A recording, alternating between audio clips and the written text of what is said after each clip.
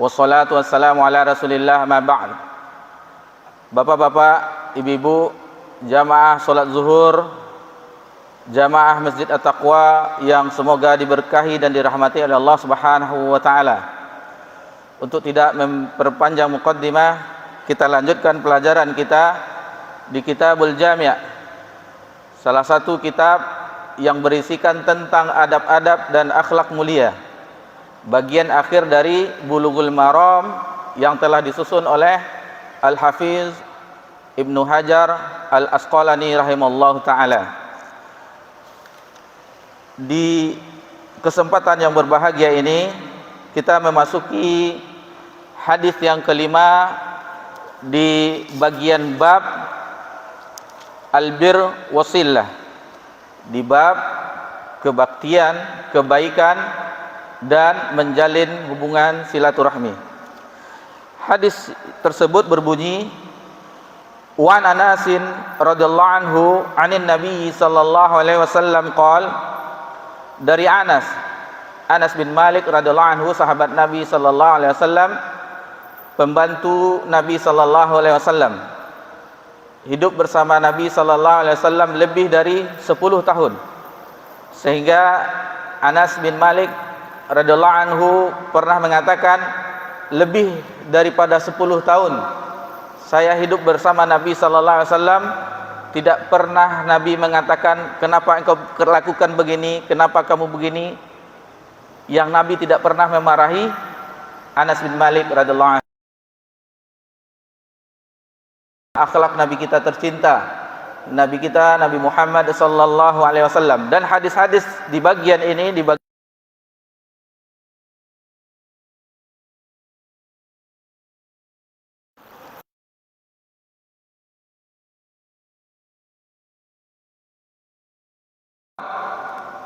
Nabi sallallahu alaihi wasallam bersabda, "Walladzi nafsi biyadihi," demi zat yang jiwaku berada di genggamannya, la yu'minu 'abdun, tidaklah beriman seseorang hamba, hatta yuhibba li jari, sampai dia menyukai kebaikan terhadap tetangganya, ma yuhibbu li nafsi, sebagaimana dia menginginkan kebaikan untuk dirinya. Hadis ini diriwayatkan oleh Imam Bukhari dan Imam Muslim di dalam kitab sahih mereka berdua. Jadi hadis ini sahih muttafaqun alaih, diriwayatkan di dalam dua kitab sahih. Bapak-bapak, ibu-ibu yang semoga dirahmati dan diberkahi oleh Allah Subhanahu wa taala, hadis ini menunjukkan kepada kita bahwasanya anjuran agar menghormati tetangga kita, yang mana kita adalah makhluk sosial. Tentunya kita hidup bertetangga, ada rukun tetangganya, ada rukun warganya, dan begitulah kita kehidupan manusia, tidak bisa hidup dengan sendirinya. Lalu Nabi sallallahu alaihi wasallam di dalam hadis ini menjelaskan tentang sesuatu yang spesifik, yaitu tentang tetangga. Sementara ada hadis yang lain yang menyebutkan bahwasanya la yu'minu ahadakum hatta yuhibba li akhihi kama yuhibba li nafsihi. Tidaklah beriman seseorang sebelum dia menyukai kepada saudaranya, seluruh kaum muslimin. Kalau yang hadis yang kita bahas di siang berbahagia ini adalah hadis tentang tetangga, dikhususkan tentang tetangga. Wallazi nafsi biyadihi, demi zat, demi Rob yang jiwaku berada di tangannya. Kenapa Nabi sallallahu alaihi wasallam bersumpah? Di awal-awal hadis ini Nabi bersumpah kepada Allah Subhanahu wa taala. Ini menunjukkan agungnya hak-hak tetangga. Harusnya kita menghormati tetangga kita. Dan ini diperkuat dan jelas nasnya ada dalam Al-Qur'anul Karim, di mana Allah Subhanahu wa taala berfirman di dalam surat An-Nisa ayat 36, A'udzu billahi minasyaitonir rajim, wa'budullaha wa la tusyriku bihi syai'a, ibadahilah Allah dan janganlah berbuat syirik kepadanya dengan sesuatu apapun. Wabil walidaini ihsana, dan berbuat baiklah kepada kedua orang tua, wabidil qurba, dan kepada kerabat, wal yatama, dan kepada anak-anak yatim, wal masakin, dan kepada orang-orang miskin, wal jaridil qurba wal jaridil junub, kepada tetangga yang dekat dan kepada tetangga yang jauh, wasahibi bil jamb, berbuat baik juga kita kepada teman sejawat, wabnis sabil, dan kepada orang yang dalam perjalanan, wama malaikat aimanukum, dan kepada hamba saya, kepada budak-budakmu. Ini merupakan dalil bahwasanya agungnya hak tetangga. Harusnya kita menghormati tetangga kita, harusnya kita menghormati tetangga kita. Bapak-bapak, ibu-ibu, jamaah yang semoga diberkahi dan dirahmati oleh Allah Subhanahu wa taala. Di sini disebutkan hukumnya, sudah kita ketahui bahwa hukumnya adalah menghormati tetangga, hukumnya adalah wajib. Berdosa kita kalau kita berbuat buruk kepada tetangga kita. Itu konsekuensinya. Kita diperintahkan, wajib hukumnya bagi kita untuk berbuat baik kepada tetangga, menghormati tetangga, dan terlarang, haram bagi kita untuk melanggar, berbuat buruk kepada tetangga kita. Jamaah yang semoga diberkahi dan dirahmati oleh Allah. Di sini disebutkan dalam hadis ini, la yu'minu, tidaklah beriman. Maksudnya tidak beriman, yaitu tidak beriman secara sempurna. Jadi bukan menafikan hilangnya iman bagi mereka, tidak. Akan tetapi tidak beriman dengan sempurna, sampai-sampai dia menyukai kebaikan untuk dirinya sebagaimana dia suka terhadap dirinya suatu kebaikan, sesuatu harta, sesuatu benda, sesuatu makanan. Maka seperti itu juga dia terhadap tetangganya.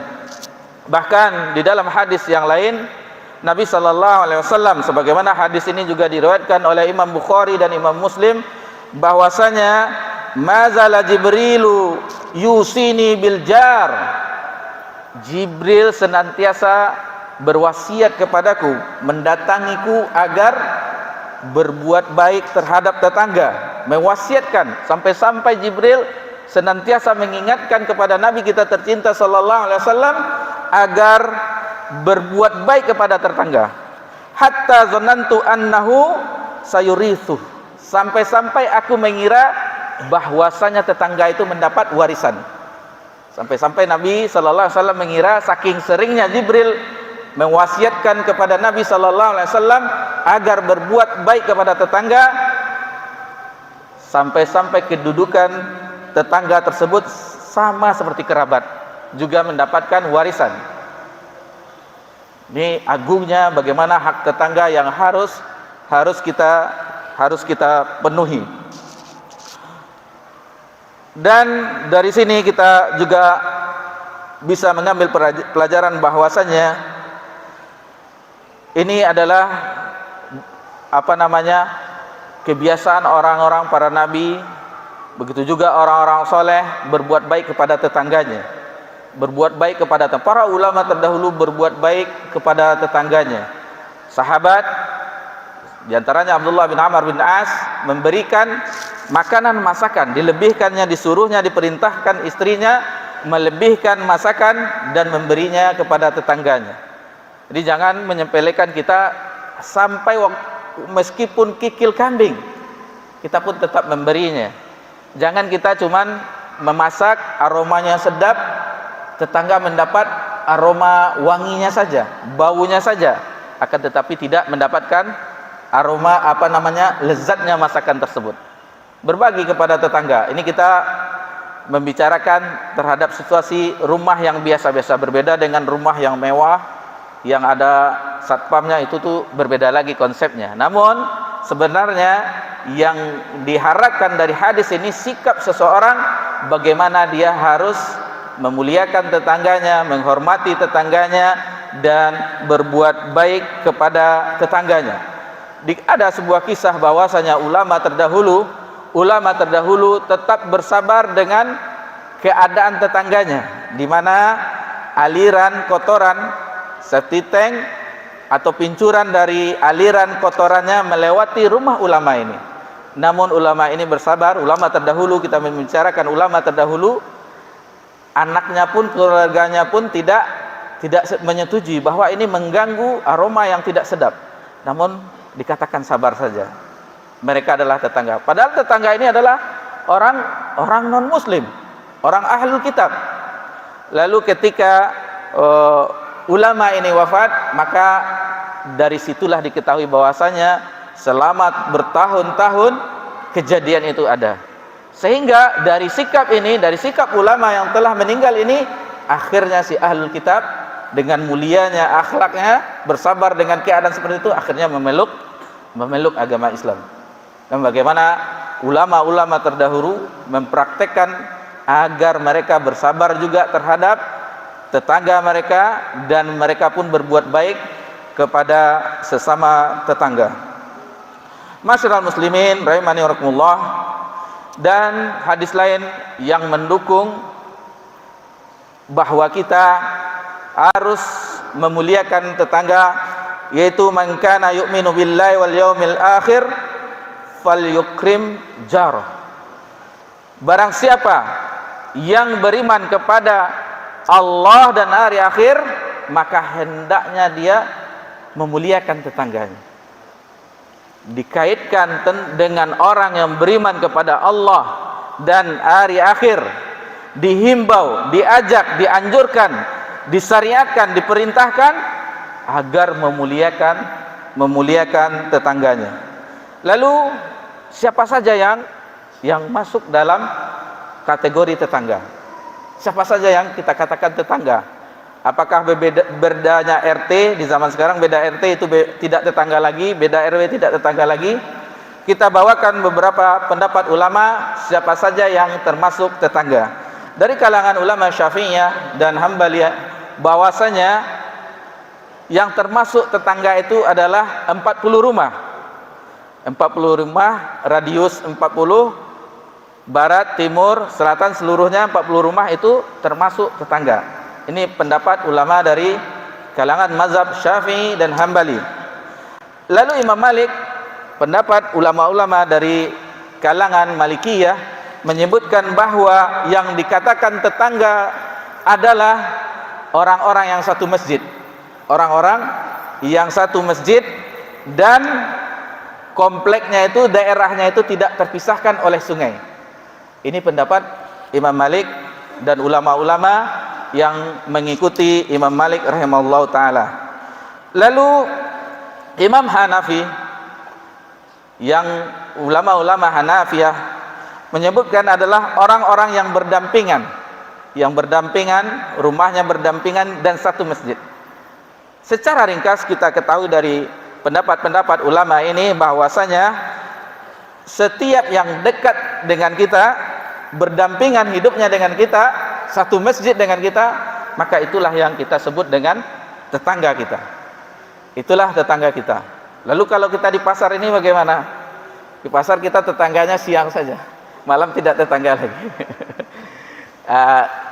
Ini pendapat ulama bahwasanya ini tentang tetangga itu konsepnya tetangga yang kita hidup berdomisili, rumah kita, kediaman kita di situ. Adapun tetangga kita di sini mungkin kita tetangga sesama pedagang, karena kita satu pasar, satu komplek pertokoan, sehingga itu kita pun sesama pedagang juga tetangga. Dan alhamdulillah ada sekretariatnya, ada pengurusnya, dan ada yang sakit kita lihat juga, alhamdulillah. Lalu apa saja hak-hak tetangga yang kita tunaikan sama dengan hak-hak sesama muslim, yaitu mengucapkan salam, menjawab salamnya, apabila sakit kita jenguk, apabila ditimpa musibah, kemalangan, meninggal, kita takziah, kita mengantar jenazahnya, lalu kita menjaga rumahnya, seandainya dia pulang kampung, titip kepada kita, kita jaga juga, kita hidupkan lampunya, misalnya dia berpesan. Dan masih banyak lagi, yaitu menutup aib mereka, menjaga pandangan kita, jangan ngintip-ngintip ke ke arah-arah kamarnya, itu termasuk hak tangga. Masih banyak lagi. Dan kita tidak berbuat, menahan diri kita, lisan kita, tangan kita untuk berbuat buruk kepada tetangga kita. Lalu sudah habis juga. Padahal tadi sudah dipendekkan mukaddimahnya. Baik, untuk di bagian akhir ini akan kita bawakan sebuah kisah bahwasanya mudah-mudahan ini menjadi pelajaran bagi kita bagaimana nyamannya kita hidup bertetangga apabila saling memberikan hak, saling memberikan kewajiban, maka itu menjadi suasana lingkungan yang diidam-idamkan. Hidup kita akan tenang, dan itu salah satu kenikmatan dari Allah Subhanahu wa taala. Kisah tersebut kita ambil dari sebuah rekaman kajian seorang ustadz kita, Ustadz Armen rahimahullah ta'ala, mudah-mudahan Allah mengampuninya dan melapangkan kuburnya, bahwasanya ada seseorang yang ingin menjual rumahnya. Rumahnya kita ambil saja karena waktu itu perkisarannya tidak sama dengan tahun ketika itu, rekamannya sekitar tahun 2006 atau 2005. Sementara kita hidup di tahun 2023 sekarang. Kita konversi saja, misalnya harga rumahnya 200 juta. Seharusnya harga rumahnya 200 juta. Namun karena lingkungannya baik, tetangganya baik, dia membuka harga sampai 500 juta. Ada orang yang berminat, berkenan membeli rumahnya, lalu mengatakan, ini rumah kenapa mahal sekali harganya? Bukankah dengan kondisi ini, dengan ruangan tamu begini, dengan ruang kamarnya begini, seharusnya harganya 200 juta. Ini memang harga rumahnya 200 juta. Namun tetangganya baik-baik semua. Tetangganya mengerti semua. Orang alim, orang taat semua. Maka harganya melambung. Dari kisah ini kita ambil pelajaran bagaimana berharganya kita tinggal di lingkungan orang-orang yang paham. Bahkan orang yang menjual rumahnya, tetangganya pun ikut dijualnya juga. Tapi mudah-mudahan apa yang kita bahas bermanfaat bagi kita, merubah sikap kita, akhlak kita, agar kita berbuat baik kepada tetangga kita. Subhanakallahumma bika asyhadu an la ilaha illa anta astaghfiruka wa atubu ilaik. Wassalamu ala nabi Muhammad sallallahu alaihi wasallam wa ala alihi washabbihi ajmain. Walhamdulillahirabbil alamin. Wassalamualaikum warahmatullahi wabarakatuh.